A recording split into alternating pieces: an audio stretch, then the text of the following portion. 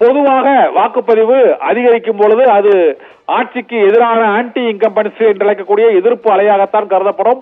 மூன்றாவது கட்ட தேர்தலில் இந்த எதிர்ப்பு அலை அதிகரித்திருக்கிறதா அல்லது அந்தந்த மாநில அரசியலுக்கு ஏற்ப வாக்குகள் பதிவாகி இருப்பதா என்பது ஜூன் 4 தேர்தல் முடிவின் போதே தெரிய வரும். ஏனென்றால் முதல் 2 கட்ட தேர்தலை விட 3ஆம் கட்ட தேர்தலில் வாக்கு சதவீதம் 5 மணிக்கே பல தொகுதிகளில் 60%, 70% தாண்டி இருக்கிறது.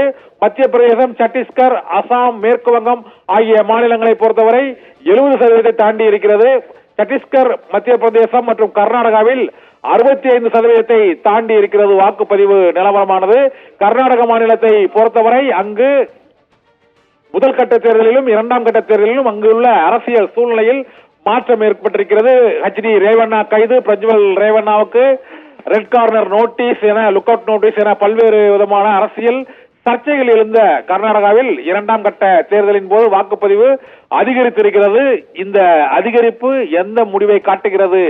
ஆளும் கட்சிக்கு எதிர்ப்பா, மாநிலத்தில் ஆளுங்கட்சிக்கு எதிர்ப்பா அல்லது மத்தியில் ஆளுங்கட்சிக்கு எதிர்ப்பா என்பது இந்த 2ஆம் கட்ட தேர்தல் வாக்குப்பதிவு அதிகரிப்பின் மூலமாக ஒரு புதிய பார்வையை தற்போது இந்த தேர்தல் எழுப்பியிருக்கிறது. குஜராத் மாநிலத்தில் 25 தொகுதிகளில் வாக்குப்பதிவு குறைந்திருக்கிறது. என்றால் அங்கு 20 ஆண்டுகளுக்கும் அதிகமாக குஜராத்தில் பாரதிய ஜனதா கட்சி ஆட்சி, மத்தியிலும் பாரதிய ஜனதா கட்சி ஆட்சி.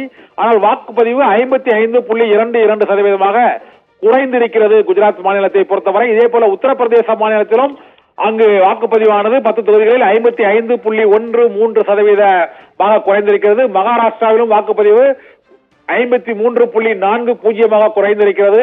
குஜராத், மகாராஷ்டிரா மற்றும் உத்தரப்பிரதேசம் ஆகிய மாநிலங்களில் பாரதிய ஜனதா கட்சியின் ஆட்சி நடைபெற்று வருவது குறிப்பிடத்தக்கது. இதே போல பீகார் மாநிலம் மற்றும் மத்திய பிரதேசம் ஆகியவற்றிலும் தற்பொழுது பாரதிய ஜனதா கட்சியின் கூட்டணி ஆட்சி நடைபெற்று வரக்கூடிய சூழ்நிலையில் அங்கு வாக்குப்பதிவு குறைந்திருக்கிறது.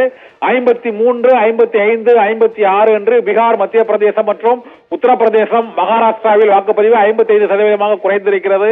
இதே போல அசாம் மாநிலத்தில் 74.86% வாக்குகள் அங்கு பதிவாகி இருக்கிறது. இதற்கு அடுத்தபடியாக மேற்கு வங்க மாநிலத்தில் மிக அதிகபட்சமாக 75% தாண்டி அங்கு 73.93% வாக்குகள் அங்கு பதிவாகி இருக்கிறது. கோவாவிலும் 72, கோவா, மேற்கு வங்கம் மற்றும் அசாம் ஆகியவற்றில் 70% தாண்டி வாக்குகள் பதிவாகி இருப்பது இந்த தேர்தலில் ஒரு புதிய திருப்பத்தை ஏற்படுத்தி இருக்கிறது. 3ஆம் கட்ட தேர்தல் வாக்குப்பதிவு நிறைவடைந்த சூழ்நிலையில் அரசியல் மாற்றம், ஆட்சி மாற்றம் மற்றும் மக்களின் மனநிலையில் மாற்றம் ஏற்பட்டிருக்கிறதா? அலை யார் பக்கம் அளிக்கிறது? ஆதரவு அலை என்பது இந்த 3ஆம் கட்ட தேர்தலில் வாக்காளர்கள் அளித்த வாக்குகள் திடீரென அதிகரித்திருப்பதன் மூலமாக அரசியல் ஆர்வலர்களிடையே ஆர்வம் அதிகரித்திருக்கிறது.